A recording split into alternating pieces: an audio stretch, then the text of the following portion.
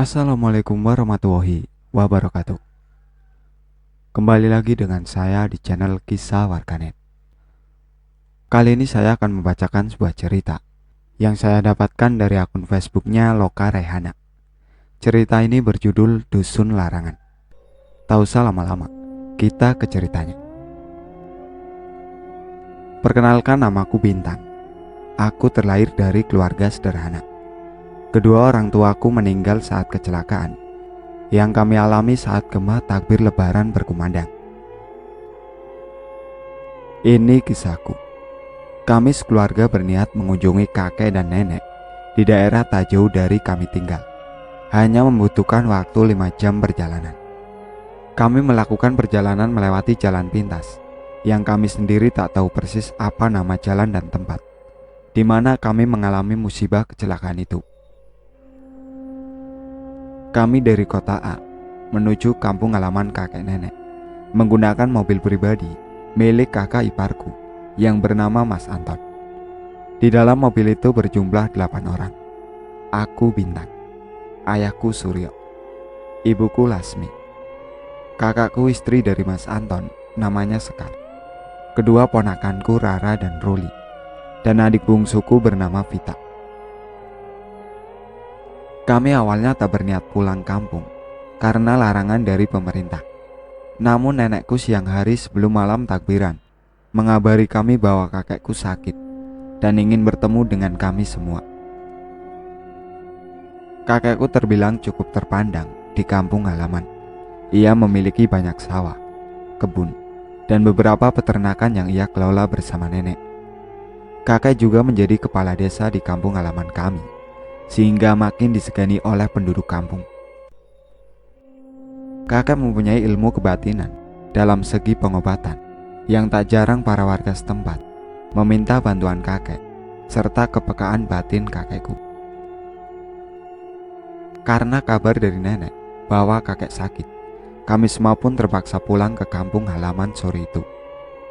Ibuku juga membawa beberapa bekal makanan untuk kami di perjalanan. Begitu juga kakak serta adik bungsuku membantu ibu mempersiapkan segala keperluan kami nanti di perjalanan. Ayah dan Mas Anton mengecek kendaraan serta peralatan lainnya. Tepat pada asar, kami semua berangkat meninggalkan rumah menuju kampung halaman. Kami tahu bahwa larangan pemerintah untuk mudik itu sudah diperketat. Awalnya juga Mas Anton bingung, apa nanti di perjalanan kami disuruh putar balik atau bagaimana? Ayah, ibu, ini gimana jalannya macet parah? Belum lagi nanti, apa kita batalkan aja? Tunggu sampai kondisi aman. Saya takut nanti di tengah jalan suruh putar balik. Tanya Mas Anton ke ayah dan ibu. Ya udah Mas, cari jalan tikus saja. Kita lihat di map, ujar Mbak Sekar, istri Mas Anton.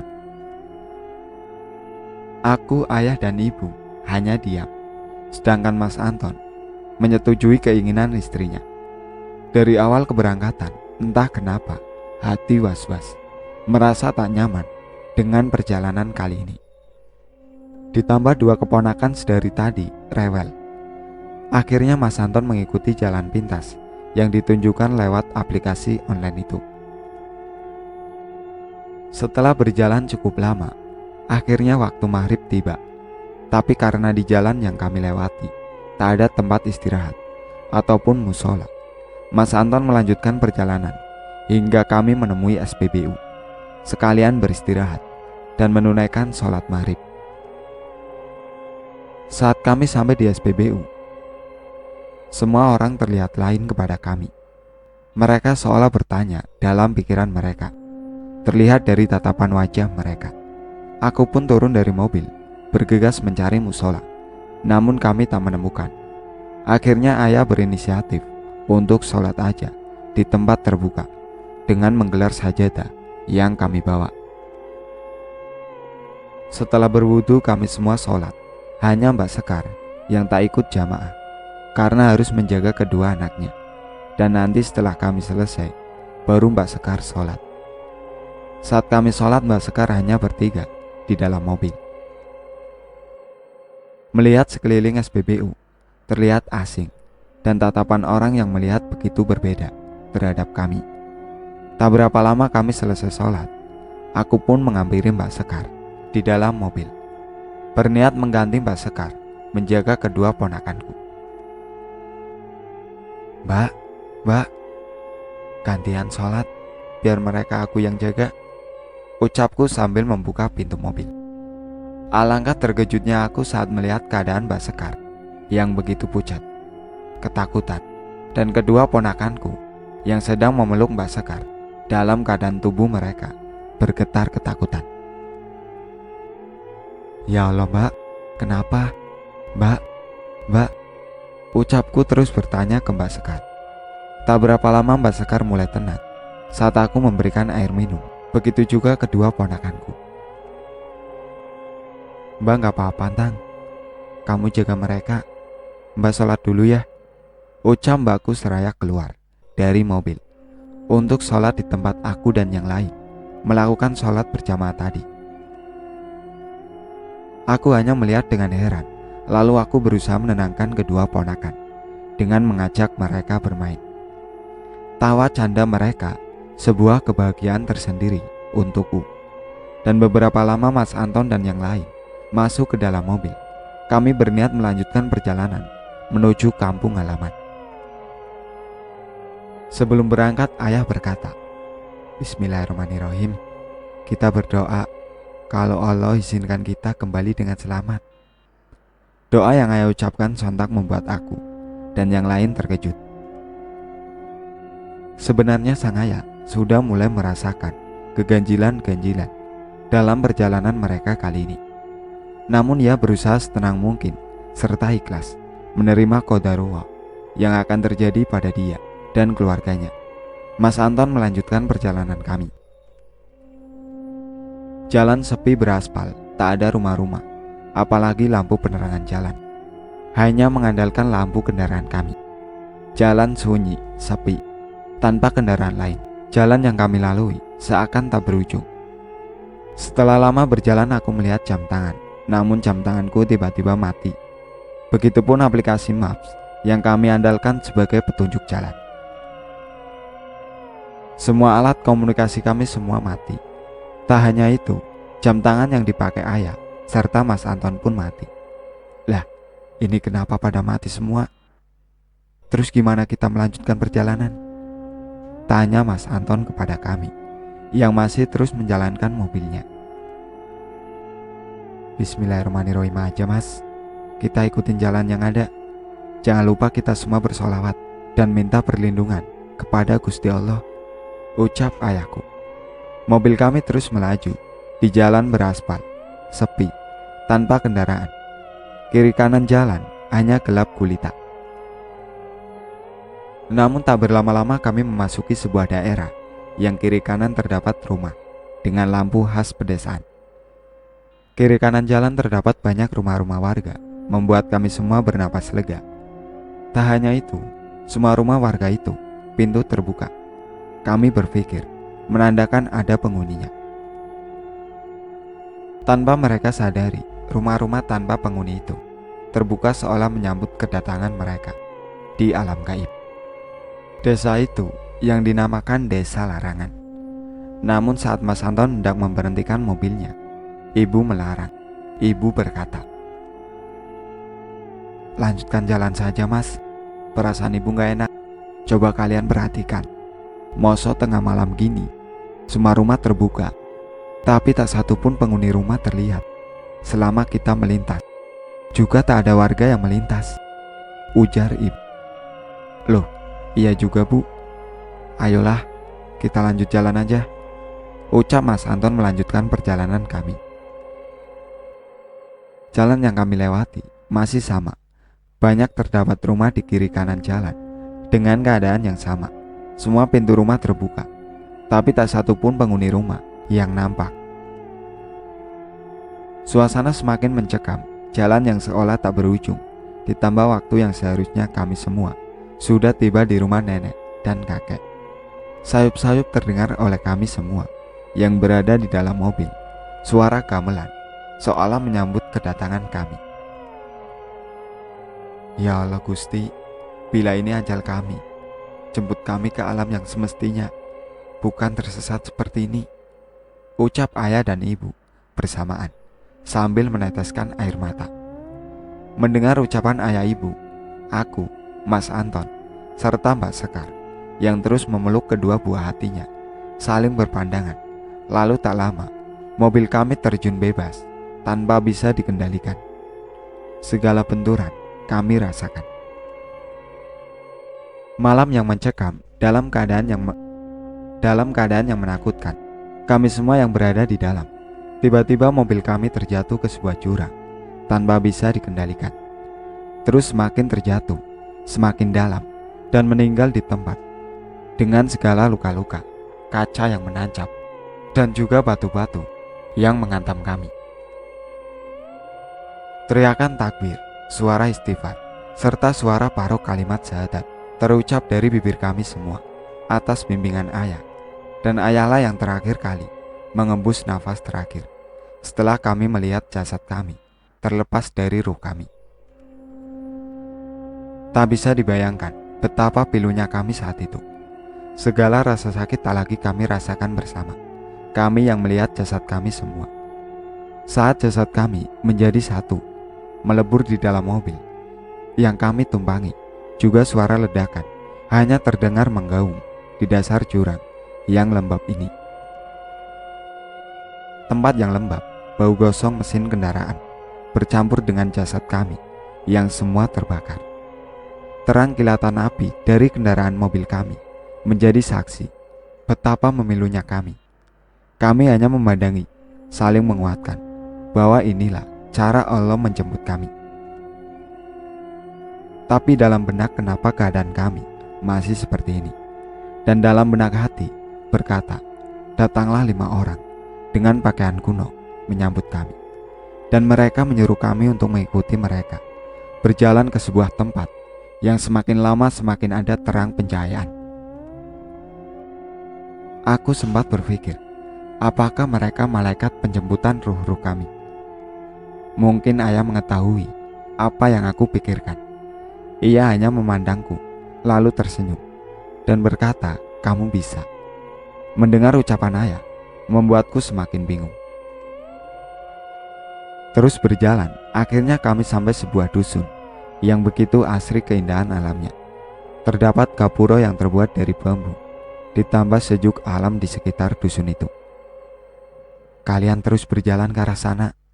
Tepat di pendopo, sudah ada yang menunggu kalian, ucap 5 orang itu bersamaan dengan pandangan kosong. Saat ayah, ibu, Mbak Sekar, Mas Anton, dan 2 keponakanku melangkah mengikuti instruksi itu, tiba-tiba ayah melepaskan genggamanku. Kamu gak usah ikut kami, Tang. Kamu di sini aja. Nanti kakek akan menjemputmu. Dan carilah orang yang bisa kamu percaya untuk menolong kami, ucap sang ayah sambil mendorong Bintang hingga terjatuh. Bintang pun berusaha bangun, namun salah satu dari ke-5 orang itu tak mengizinkan Bintang menyusul keluarganya. Pergilah ke arah sana. Di sana akan ada yang menjemputmu. Saudara serta orang tuamu akan tetap tinggal di desa larangan kami, ucap sosok itu. Aku hanya meratapi keadaan. Tak berlama sayup-sayup terdengar suara yang sangat aku kenal. Bintang, Bintang, kalau kamu dengar suara kakek, jawab cu, ikuti suara kakek. Kakek, iya kek, aku dengar suara kakek, ucap Bintang membalas pertanyaan sang kakek. Ayo Bintang, ikut suara kakek, ucap suara sang kakek yang berusaha menjemput sang cucu di alam lain. Langkah demi langkah, Bintang terus mengikuti suara sang kakek. Keadaan semakin berubah menjadi terang dan kembali normal. Kini Bintang berada di sebuah jalan yang tak dilintasi kendaraan bermotor dan mobil. Bintang pun melihat sekeliling jalan itu untuk memastikan apa ini benar jalan yang pernah keluarganya lalui sebelum kecelakaan tadi. Saat ia melihat sebuah SPBU yang terbengkalai, tak terurus, Ia berjalan ke tempat itu dan meyakinkan diri bahwa inilah SPBU di mana ia dan keluarganya mengisi bahan bakar serta sholat. Cukup terkejut saat tahu tempat itu tak terpakai lagi. Bintang hanya bisa tertunduk dan meratapi keadaan. Kenapa setelah musibah itu keadaan seperti ini? Dari arah berlawanan melintaslah seorang wanita berhijab dengan menggunakan motor kesayangan sambil membawa 2 buah karung yang berisi singkong kesukaannya. Bintang melihat itu hanya tersenyum karena wanita itu seolah berbicara sendiri sambil mengomel. Ya Allah, masa Ratu Singkong sejagat raya? Hamparan pohon singkong begini, amat nasib. Mana malam, horor kan jadi, ucap wanita itu. Namun saat ia melihat ke arah kanan jalan, ada seorang pemuda yang sedang tersenyum kepadanya. Wanita berhijab itu langsung menyapa dengan kurang baik. Apa lihat-lihat, dasar anak muda sekarang nongkrong di tempat sepi, ucap wanita berhijab itu sambil terus melewati pemuda itu. Mendengar hal itu, Bintang sontak berlari menyusul wanita itu. Ia yakin kalau wanita berhijab itu bisa melihat Corin tersesat sepertinya. Bintang mengadang motor wanita berhijab itu. Sontak membuat wanita berhijab mengerem motor secara mendadak. Hei bocah muda, lo mau metong ya? Jangan ama motor gue noh. Di samping jalan ini ada jalan tol. Lo loncat aja ke sono. Metong pasti lo, ucap wanita berhijab itu dengan kesal. Karena mengerem motor secara mendadak, otomatis yang dibawa wanita berhijab itu pun terjatuh. Dengan keadaan kesal, wanita berhijab memberhentikan motor, berniat mengambil sekarung singkong yang terjatuh. Ya Allah Gusti, singkongku terjatuh, ucap wanita berhijab itu. Bocah, bukannya bantuin, udah salah kan lo, ucap wanita berhijab itu. Iya teh, saya bantuin, ucapku.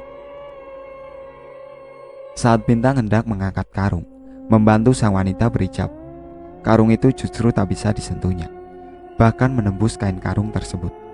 Bintang berusaha mencoba berkali-kali, namun nihil. Kejadian itu pun disaksikan oleh wanita berhijab itu.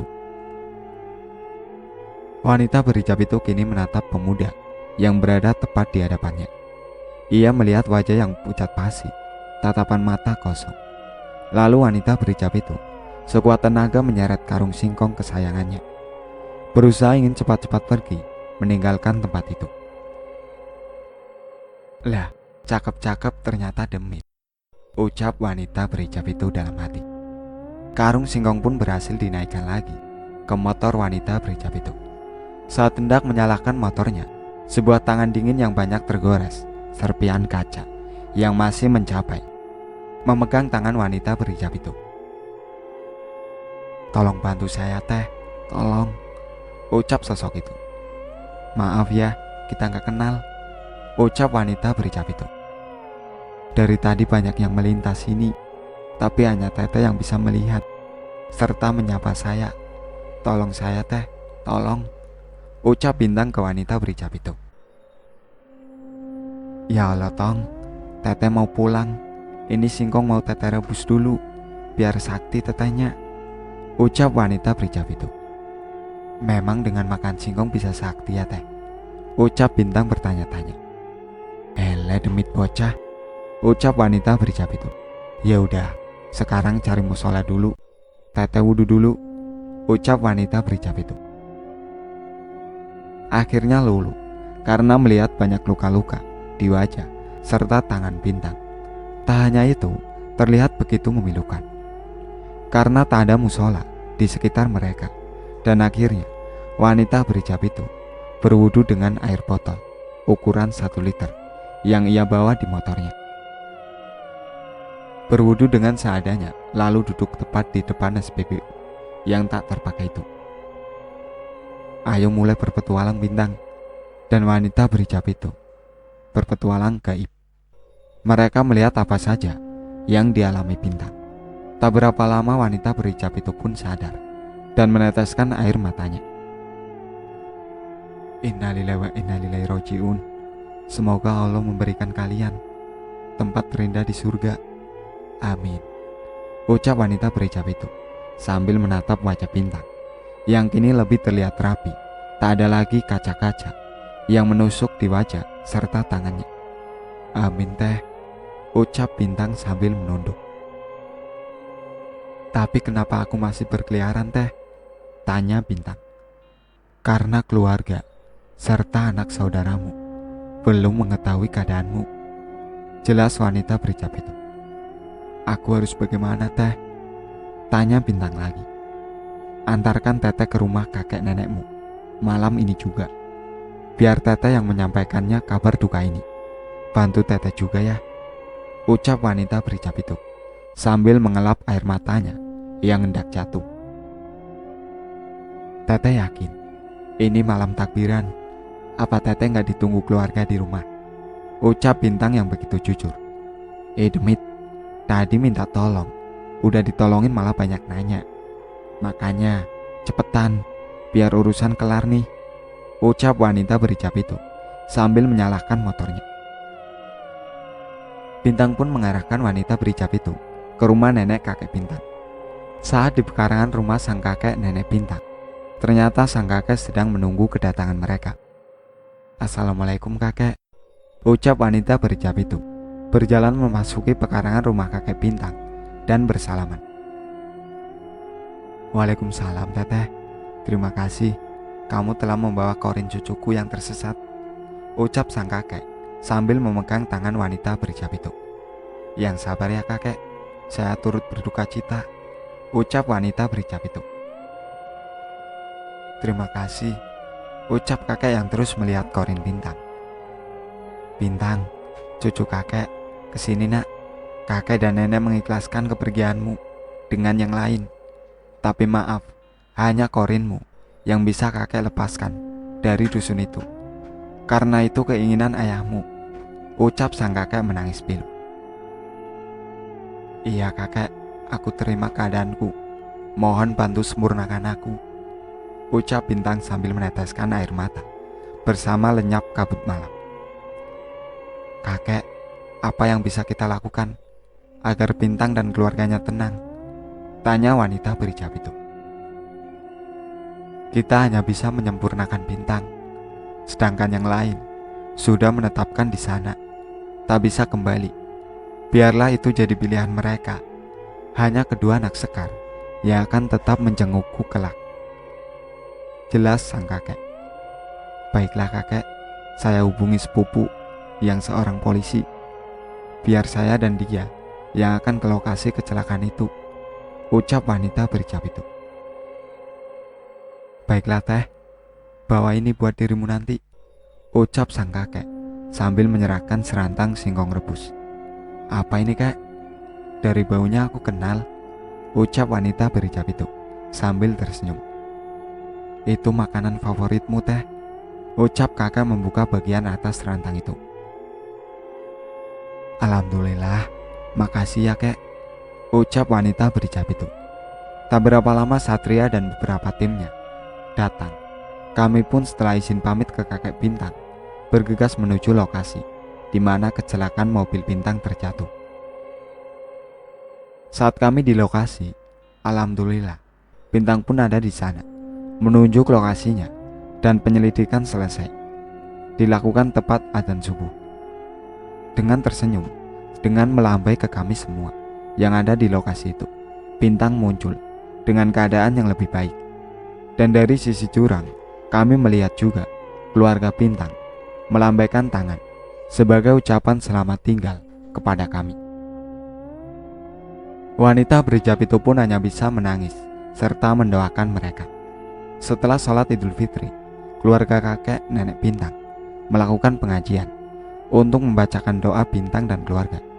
Mereka juga tetap membuat liang lahat atau kuburan yang berjumlah 8 makam untuk Bintang dan keluarga, persis di belakang rumah sang nenek kakek Bintang. Setelah itu mereka melakukan tabur bunga di lokasi jurang di mana kecelakaan terjadi. Bintang pun kini bisa pergi dengan tenang dalam keadaan baik. Selamat jalan Bintang. Sekian cerita ini. Semoga kita bisa mengambil hikmah dari pelajaran cerita bintang, bahwasannya kita hidup berdampingan dengan bangsa lain, dan setelah mati, roh akan kembali ke Sang Maha Pemilik. Korin yang tersesat ini disempurnakan agar bisa kembali ke Sang Pemilik dengan tenang. Itulah akhir cerita dari Dusun Larangan. Sekian dari saya. Wassalamualaikum warahmatullahi wabarakatuh. Jangan lupa like, komen, dan subscribe channel ini.